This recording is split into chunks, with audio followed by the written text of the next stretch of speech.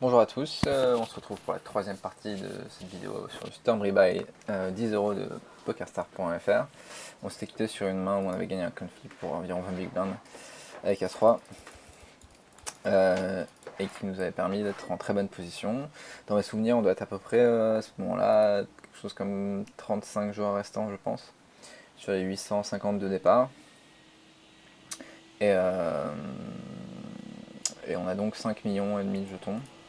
5 millions 1 pardon de jetons sur les blindes 30 000, 60 000, donc c'est vraiment un très très gros tapis à ce stade. La moyenne générale sur les tournois de PokerStars c'est plutôt aux alentours de 25 000 blindes. Sur celui-ci, vu que la structure est un peu meilleure, je pense que la moyenne de se trouver aux alentours de 30 big blindes.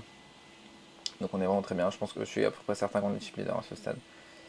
En ce qui concerne sinon, le reste de la table, on a un très short stack, et que des stacks moyens. Donc c'est vraiment des très bonnes cibles pour nous maintenant que tout le monde commence à avoir en tête éventuellement un deep run et une table finale possible. Tous les gens qui ont quelque chose comme 20-25 000 blindes, ça va être des gens qu'on va aller embêter. Un suivant de valet 10 de trèfle.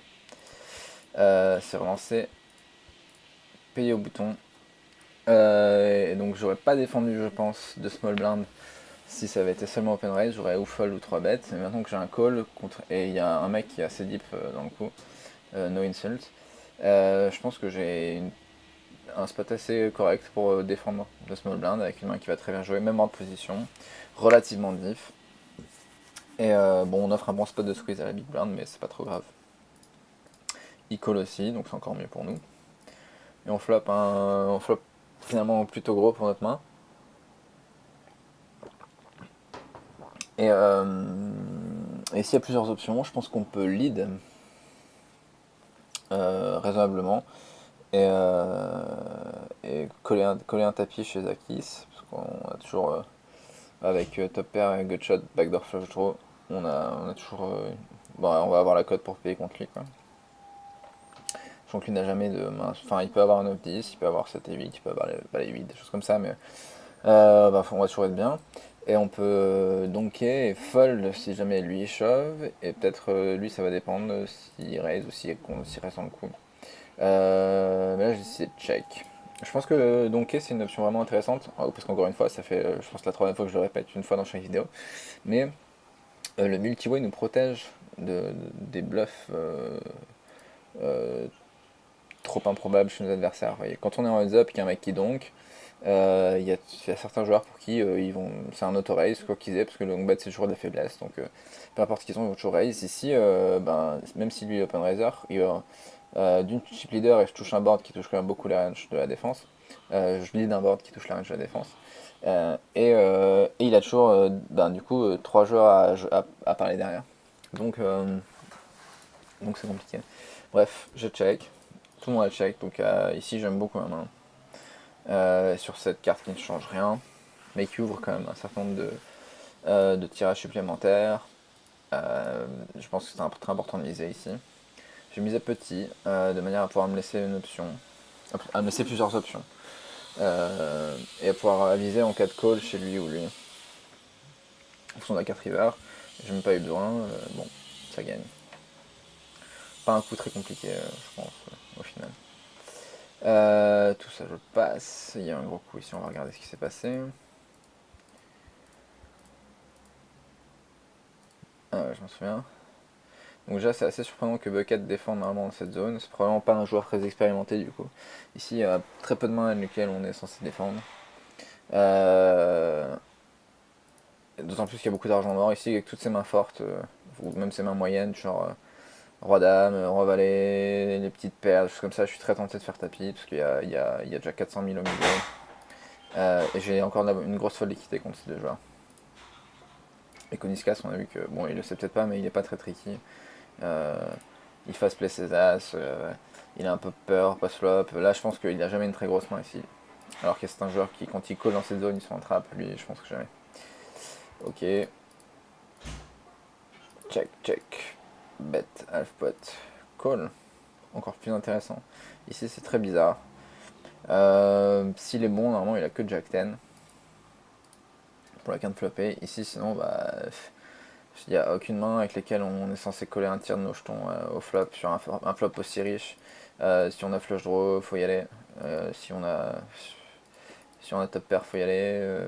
Et si on a une dame, eh ben, vaut mieux. Si on a dame 10, on peut check Resolin aussi, parce qu'on a l'équité de la gutshot.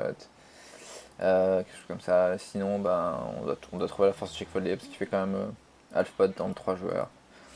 Euh, En tout cas, check call, c'est vraiment nul, je pense. Faut au moins, si on a une main moyenne, en fait, vaut mieux faire tapis, au moins on se donne la possibilité de faire folder notre adversaire. De faire folder une dame, par exemple. Euh, voilà. Et surtout pour faire ça. Et il shove l'as.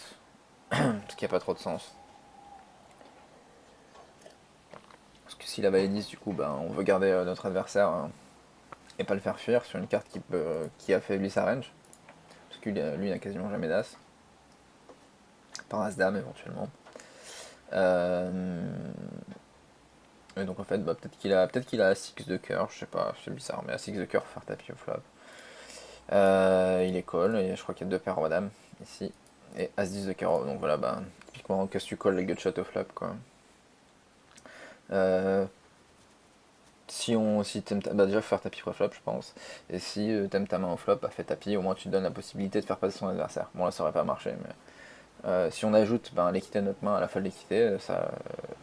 Check Resolin, je pense même as-10 de carreau ici est correct. S'il fait un peu plus petit, c'est mieux quand même. Sinon, il va coller trop souvent.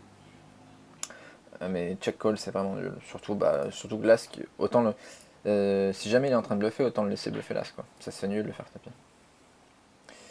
Ok. Encore un coup. Merde, excuse-moi. On a perdu le cadrage. Ok. Paire de 8 au bouton. Alors ici, pareil, standard. Je crois que j'ai pris une boîte direct. Non, ok. J'aurais collé la small blind et je sais pas ce que j'aurais fait en 4 tribet. En 4 tribet de lui, je pense que j'aurais passé vu comme il est tight. Je suis assez content quand il colle. Mine donc bête.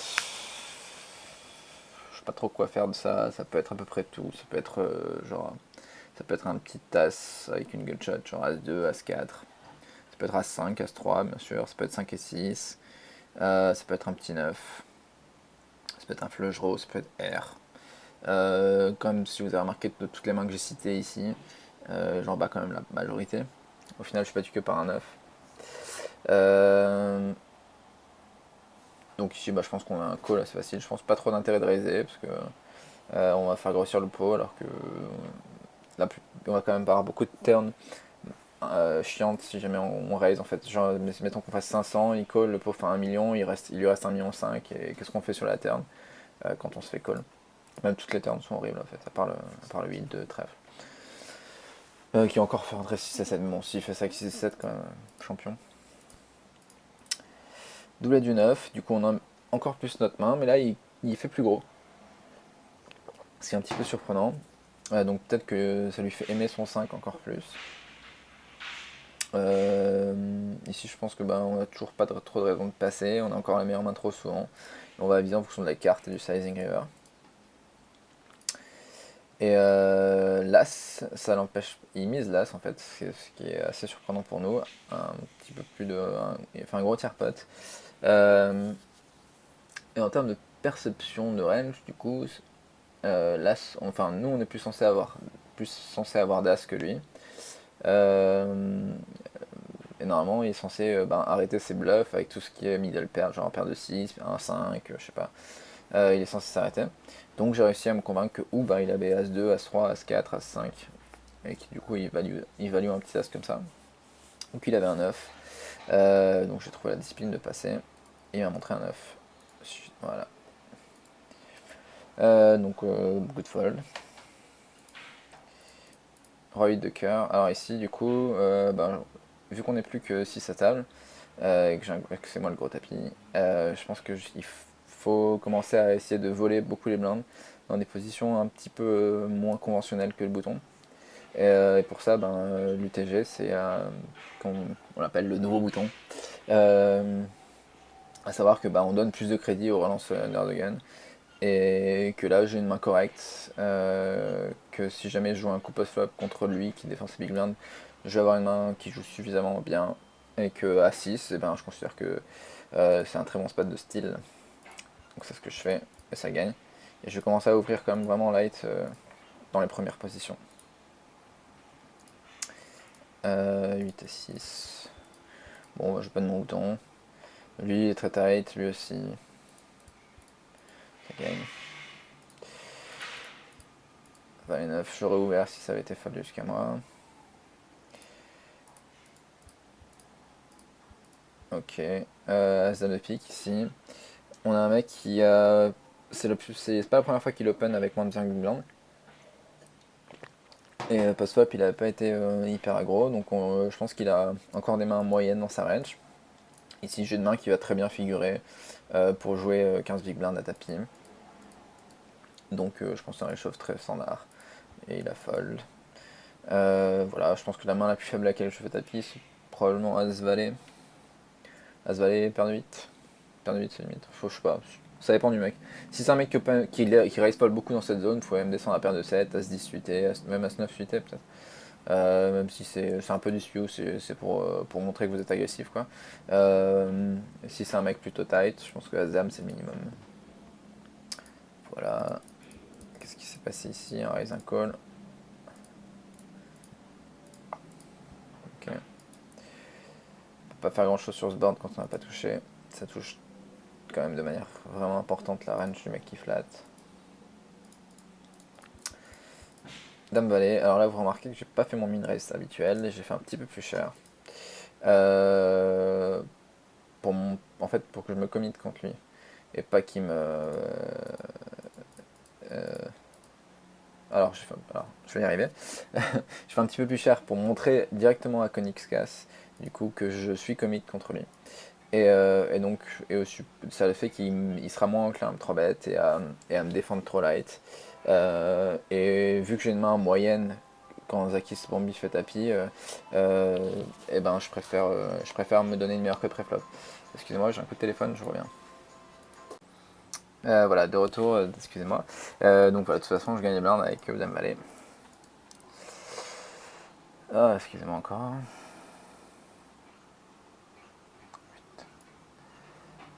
Un gros coup, on va regarder. Tapis payé. As-Roi 9 et 10, bon, standard de deux côtés.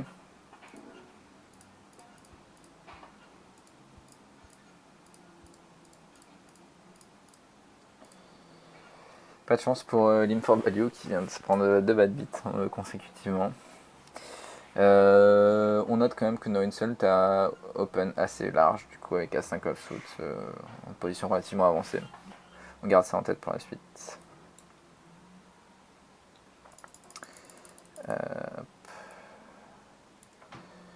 Voilà, une 9 de carreau ou 8 roi 10, c'est peut-être des mains que j'ai envie de jouer. Non, j'ai folle roi 10 UTG. Je sais pas trop pourquoi. Parce que là, il y a peut-être 3 short stacks. Enfin 2 principalement, que je suis censé call. Et Goldfish 007 qui vient d'arriver à la table est un très bon joueur. Il a une très très bon. Je pense que quelqu'un qui a gagné plus de 200 000 euros, hein, peut-être sur le point FR. Moi j'ai du mal à le cerner un petit peu parce que j'ai jamais trouvé trop de problèmes à le jouer, mais il a des très très bons résultats. Donc voilà. Donc je préfère y passer. Valet 9 de cœur. Je pense qu'on peut défendre. D'ailleurs, j'ai défendu. Voilà, parce qu'on a plus de 20 big blind contre un mec qui a un pseudo Reggie. Je sais pas si je crois qu'on s'est déjà un peu joué tout à l'heure. En tout cas, ça me semble une main des plus correctes pour défendre sa big blind ici. Un flop désastreux. Pas besoin de s'entêter ici. On check fold. Pas de soucis. Roi valet. J'open ici standard. Je fais flat par ma coliche. Qui peut avoir quand même pas mal de mains ici.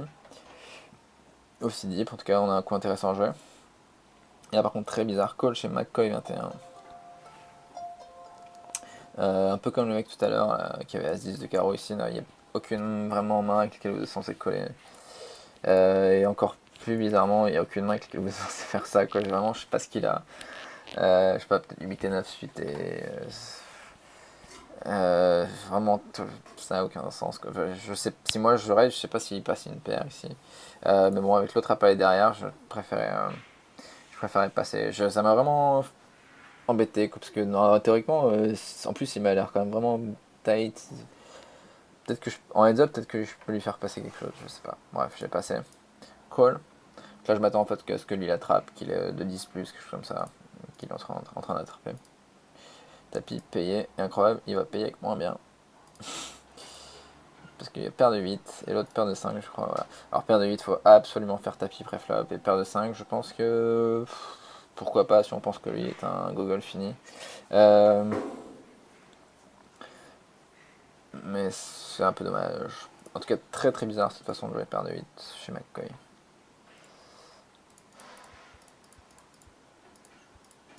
Goldfish, ok.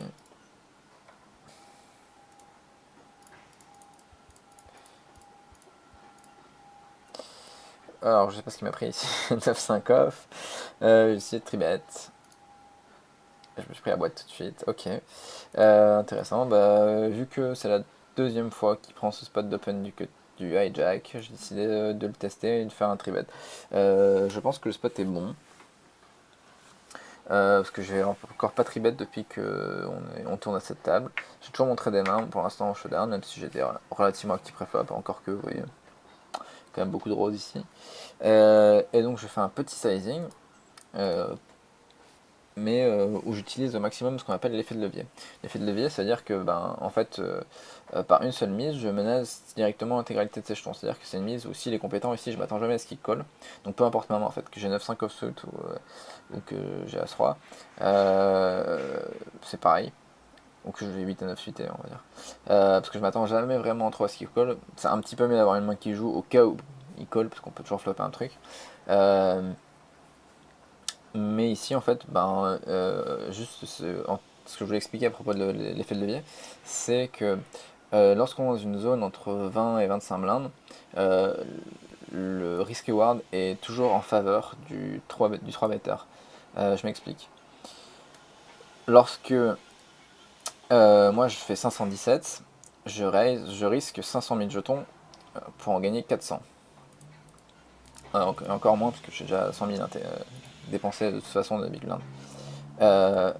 Et lorsque lui il va 4 bet all-in, il va risquer du coup 2 millions 4, donc moins 500. Il va rester 1 million 8 pour gagner 800.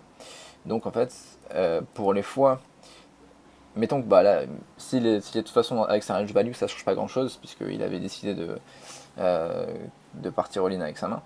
Mais mettons qu'il 4 bet light, je sais pas, une petite paire, un As-X suited, ou même quelque chose comme As-Valet. Et ben en fait il va me faire fold toute ma range light et il va être crush les fois où je colle. Et donc euh, là où c'est compliqué pour lui de 4 bêtes sans une main, du coup, c'est que son risk reward est mauvais. Il risque une grosse partie de son. Enfin, il risque tous ses jetons, alors qu'il a encore un stack très jouable, 24 big blind, pour en gagner finalement relativement peu. Et donc c'est pour ça qu'en général, quand on a par exemple As-10 dans sa position, et ben on est là, putain, peut-être qu'il bluffe et tout, mais juste j'ai trop à perdre à 4 Betolin As-10 sans read particulier. Et du coup on passe. Bon là je me suis pris un snapshot, c'est pas grave, j'ai toujours 4 millions. Ici à 5, j'ai fait comme tout à l'heure, j'ai fait presque 3x ici. Parce qu'en fait j'ai pas envie d'action, surtout que c'est une main qui joue pas très bien. Du coup je m'affiche clairement comme quoi je vais coller Zakis et je veux que lui passe. Donc effectivement à terme c'est un petit peu exploitable, mais je pense que les joueurs s'en rendent pas trop compte.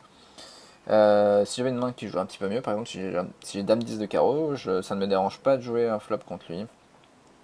Des mains qui jouent moins bien, du genre je sais pas, Roi 6, As 5, choses comme ça, je préfère faire un petit peu plus cher pour ne pas avoir d'action. Ok. En fait là si je ne m'abuse on va être en demi-finale.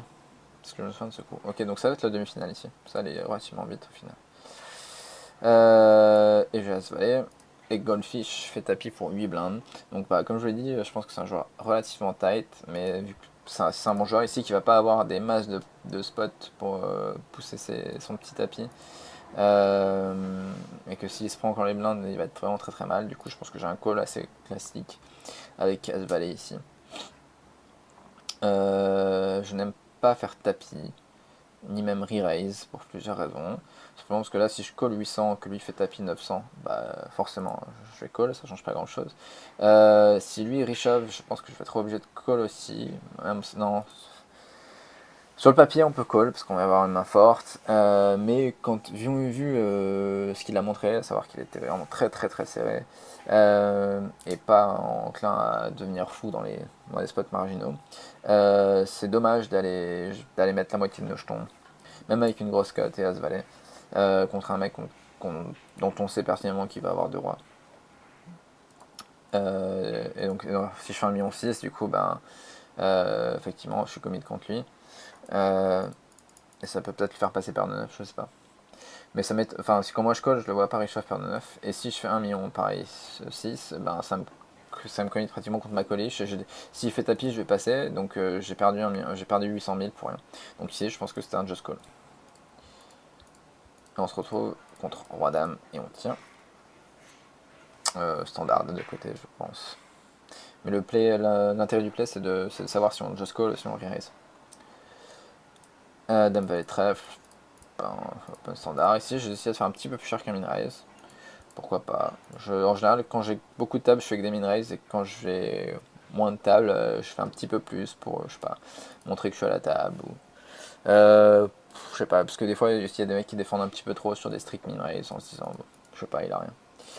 Ok, As-Roi, les blindes viennent d'augmenter. Donc pareil, je suis 7500 de plus. Je trouve ça joli. Call chez McCoy. De small blind, donc c'est le mec qui a joué paire de 8 ici. Je m'attends à une range quand même relativement large. Je pense qu'il va coller les Broadway, il va coller les paires. Call peut-être genre As-9 de pique, quelque chose comme ça. Ça me dérange pas de jouer un peu en tout cas contre lui. Un flop, ok. On a second notre flush draw 2 over. Mais la meilleure main, quand même fréquemment. Un petit bet, un tiers pot. Je vais aviser en fonction de ce qui se passe. Je pense que j'aurais probablement passé s'il avait raise. Ça va être du sizing. Encore une fois. À suite. J'ai décidé de prendre un spot de 3 bet light contre No Insult. C'est un spot moyen, je trouve, mais pourquoi pas. Parce que, donc, a priori, ici, il doit quand même avoir une main, vu qu'il raise dans 2 short stacks, dont un contre lequel il sera committed. Et quand je fais 400, non, bah non, voilà. Ce qui est important, c'est de pas faire trop cher non plus, pour pas se retrouver comité contre Koniskas. Ici, je décide de prendre la suite aussi. L'important ici, c'est que j'ai la position, surtout. Et qu'il open en fin de parole. Et que j'ai un as. Donc ça fait quand même beaucoup de paramètres aussi en faveur du tribet. Je m'attends vraiment peu à ce qu'il colle, et au final, c'est ce qu'il a fait. Non, mais ça veut dire. Ah non, il a fold. Ok, c'est plus tard. Donc là, c'est très bien, on est content. C'est le meilleur résultat pour nous. En tout cas, là, c'est un moment en demi-finale où je vais vraiment rechercher à beaucoup 3 bêtes et aller emmerder les joueurs qui ont des stacks moyens. Donc enfin les 3 là, quoi. Les 4 là. Parce que c'est eux qui ont le plus à perdre. Je pense à aller vouloir se battre contre le chip leader. Alors qu'il y a des short stacks qui vont se faire éliminer un jour ou l'autre et qui eux pourront se glisser en TF. Voilà. Après, d'une manière générale, moi justement, je suis pas trop du genre à vouloir me laisser marcher dessus en demi-finale quand je suis le stack moyen. Parce que vu que j'ai la bankroll pour jouer sereinement aux limites auxquelles je joue, et c'est pour ça que le bankroll management c'est un truc crucial. Faire 18ème ou 10ème d'un tournoi, sauf si ça sonne des millions évidemment, ça va pas changer grand chose pour moi. Puisque là, je pense qu'à ce stade, on doit gagner, je sais pas, genre 150 euros, et le 12ème ou le 10ème, il doit prendre 200 euros. Donc, je veux maximiser mes chances de faire top 3, et pour ça, faut pas se laisser marcher dessus en demi-finale. Mais psychologiquement, ça fait toujours vraiment suer de buster en 14ème place quand on a 10 problèmes, quand on a bien joué et tout. Et que symboliquement, c'est toujours important de se dire je m'accroche et je fais la TF. Voilà. Alors qu'en fait, en termes de stratégie globale et de comment gagner de l'argent, où est placé l'argent, ça va pas changer grand chose. de faire 14e ou 9e. Mais par contre, de faire 18e ou 2e, ça va changer énormément de choses. Voilà. Ok. Et si on aurait pu 3 bêtes à nouveau, peut-être 2 fois de suite, ça le faisait pas. Tapis chez mon milieu, Richave. Ok. Asking à 7 et il shot encore. Ça fait 2 fois qu'il gagne avec la moins bonne main. Je pense que c'est normal par contre pour lui de Richave ici. Standard chez tout le monde. Valise de pique, c'est probablement open, tout à fait. Et je me prends un shove pour un petit peu plus de 20 blindes chez ma colliche qui vient de perdre un coup. Il est peut-être en tilt, mais peu importe, je vais jamais coller la moitié de mes jetons. Et 20 blindes, surtout avec valise de pique, quand même, j'avais très envie de jouer cette main. Parce qu'elle est jolie. Paire de 6. Ok. Ici j'ai une décision. Je me fais 3 bêtes, petit, par un mec qui apparemment a quand même l'air de savoir ce qu'il fait et qui a pile juste le stack moyen. Il doit probablement penser que je suis en train d'abuser un peu de la table. Et donc du coup, ben, c'est un peu la position inverse de celle dans laquelle se trouvait Fold 3 bêtes tout à l'heure. À savoir que ben, cette fois-ci, lui a beaucoup... Enfin, pareil, si moi j'ai pas une main, il va penser que ben, je vais jamais call et que c'est compliqué pour moi de 4 bet all-in. Et du coup, je pense que j'ai une des meilleures mains pour faire ça. Ça lui met une pression maximale.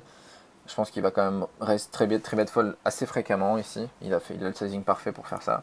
Donc je pense que vu qu'il est compétent, il va quand même très bet fold souvent. Contre un mec qui est juste mauvais ou très taille, je fais passer. Contre un mec qui est un petit peu chaud du slip, là, comme ça a été le cas. Ah putain, excusez-moi. Qui en plus a perdu des coups et a pas envie de se laisser marcher dessus. Je pense que c'est un 4 bet très facile. Enfin, très facile, en tout cas très largement AV+. Tout simplement parce que les paires ça tient quand même très bien à tapis préflop et que souvent il va quand même avoir des As-3, As-Dame. Et si jamais je perds, bah, il me restera toujours 2 millions de jetons. On s'accrochera, on jouera le short stack. Mais ici c'est vraiment un coup super pour moi à gagner. Et dans mes souvenirs il a snap fold. Donc c'est un très gros coup et on continue à creuser notre écart. Bon, ça c'est des mains qu'on pourrait, à vrai dire, j'aurais dû open ça. Parce que eux bouge pas une oreille. Eux, je m'attends pas à ce qu'il... Lui, on vient de le calmer. Lui aussi, il a pas trop défendu. Donc c'est tout ça, c'est 7 et 8 off, c'est des mains qu'on peut ouvrir. Dame 6 un peu moins, parce que là on a un joueur bizarre et que ça joue pas bien. Mais 7 et 8, je pense que c'était vraiment un open. Donc là, je sentais de voler les blindes du TG, comme j'ai expliqué tout à l'heure, avec Dame 8. Et je me prends une boîte chez le bouton. Ok, tant pis, on a essayé. On va avaler un shove très facile. Ici, on n'a pas très envie de raise call. Et si on raise, en tout cas, c'est pour call un tapis. Parce que je sais une main trop forte, blind contre blind pour 13 blindes. Donc du coup, je préfère juste faire tapis ici pour équilibrer un peu mes ranges de shove, parce que je vais faire tapis avec des mains beaucoup plus faibles que ça, pardon. Je vais faire tapis avec Dame 8 suité, je vais faire tapis avec toutes les paires, je vais faire tapis avec les 10, des choses comme ça. Donc bah, quand j'ai des mains relativement fortes pour la situation aussi, je préfère open shove aussi, de manière à être moins lisible. Ça gagne. Paire de 4 ici. Je vois beaucoup de gens coller ici, c'est nul. Enfin, excusez-moi. C'est vraiment pas bon. Quand un joueur aussi tight et bizarre que McCoy open ici avec ce stack là, bon d'une, il faut jamais juste coller pour cette manière parce que comme on l'a déjà expliqué, il n'y a pas les cotes implicites et que notre main est atroce à jouer post-flop. Et en plus il open dans les deux mecs short, donc là ça vraiment il y a tous les signaux pour vous dire attention il est nuts. Si on est très agressif et qu'on se dit voilà je vais marcher sur la table, il peut y avoir des arguments pour faire tapis. Parce qu'au pire, il n'y a que 18 big blinds à perdre chez un des trois. Et qu'on a une paire qui va quand même tenir assez souvent. Mais je pense que on est dans une situation où on a tellement d'argent facile à gagner à côté que c'est pas la peine. Hop. 6 et 7. J'aurais ouvert si ça avait été foldé jusqu'à moi. 2 As. C'est quand même bien d'avoir de l'action fréquemment avec 2 As. Là, pareil, du coup.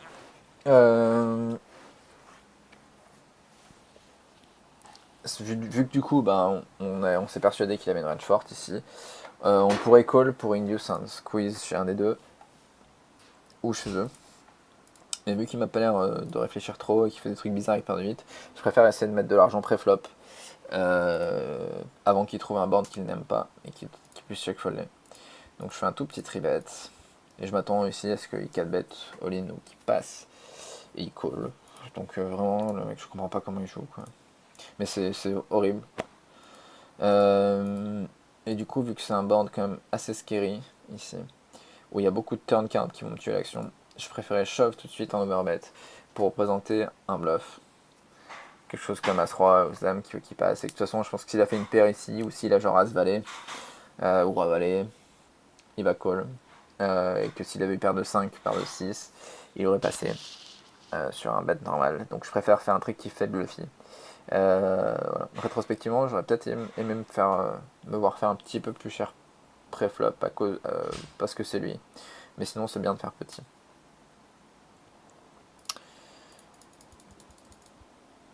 Hop, tapis passe. On va regarder toutes les mains de la demi-finale. On aurait pu open ici en recette, du coup.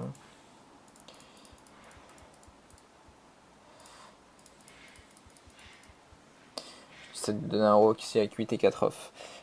Certains joueurs vous diront qu'ici il faut shove 100% parce que lui est trop tight, qu'il a moins de 10 blindes. Mais ça fait pas de mal pour l'image une fois de temps en temps de donner un walk, je pense. Et qu'on a vraiment quand même le bottom 2% des mains là. Donc voilà, j'ai passé ici.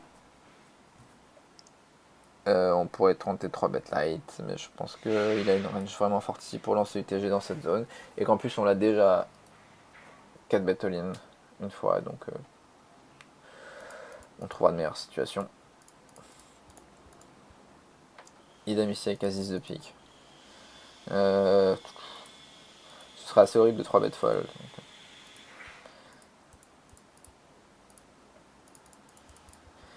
J'aurais aimé me pouvoir open ça. Tant pis.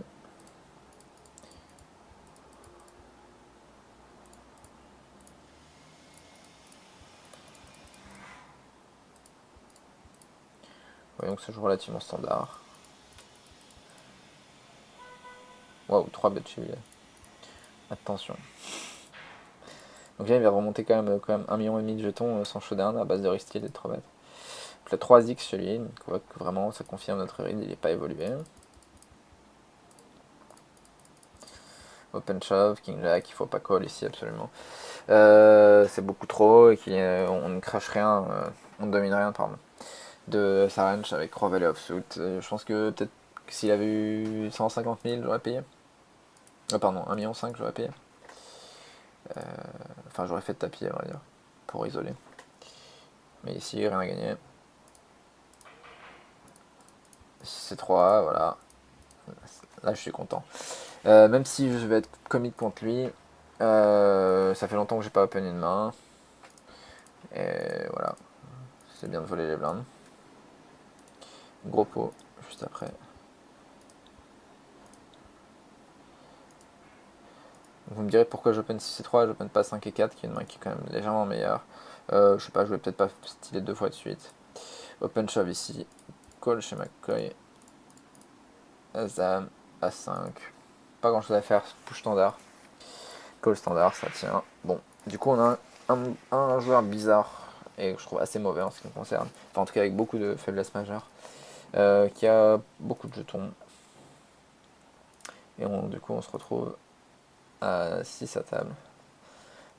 Donc on doit être 12 restants.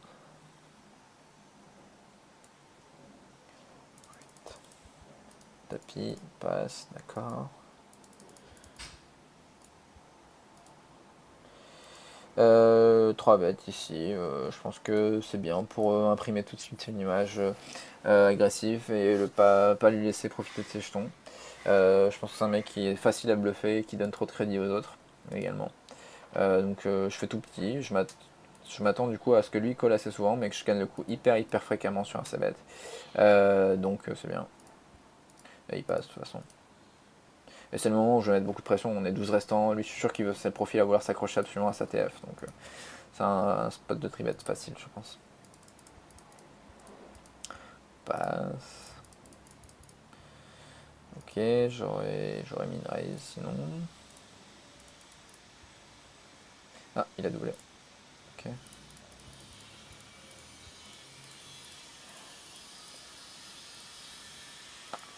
Ça me semble assez standard, je trouve ça bien. Lui, je pensais pas ce mec capable de faire ce genre de call. Donc bien joué. Après, il y avait un petit peu mieux, pas trop de chance. Standard du côté, en tout cas, je trouve bon call de la part de As-9 ici. No insult est censé shove moins bien, fréquemment.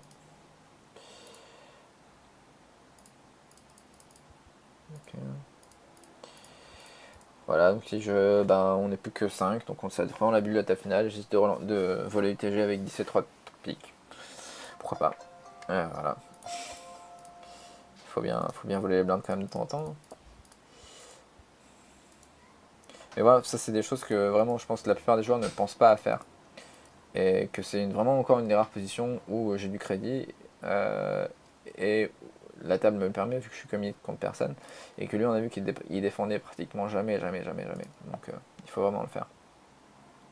Voilà, il s'est rien passé. Hop. Ah ouais, un coup bizarre là. Même chose que tout à l'heure.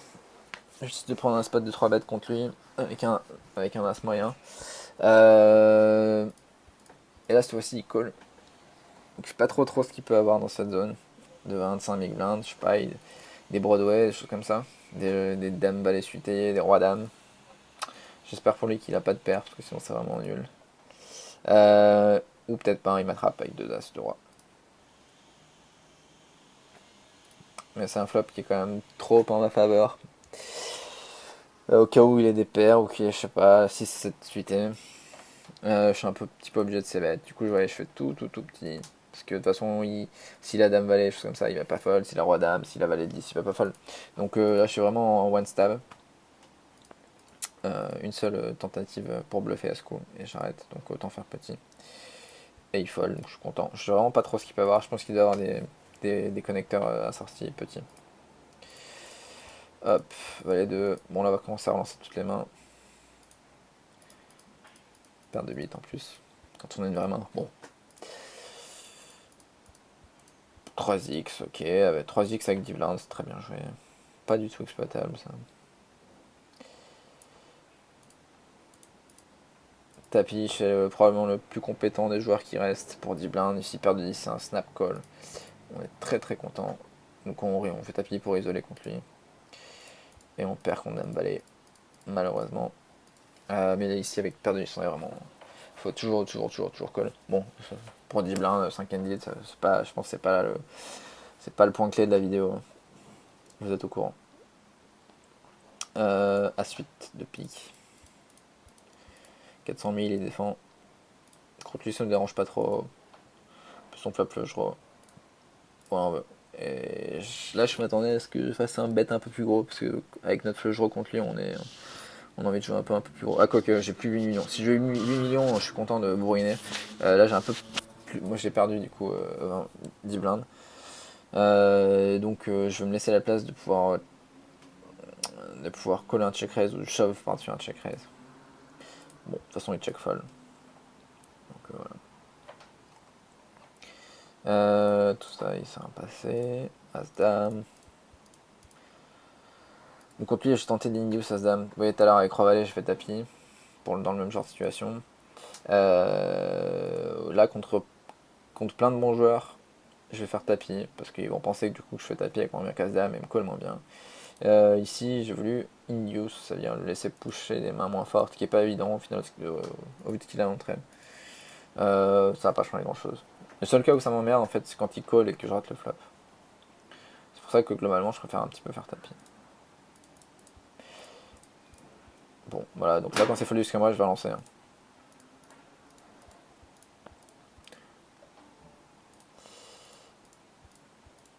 Alors ici, j'étais prêt à call lui, je pense.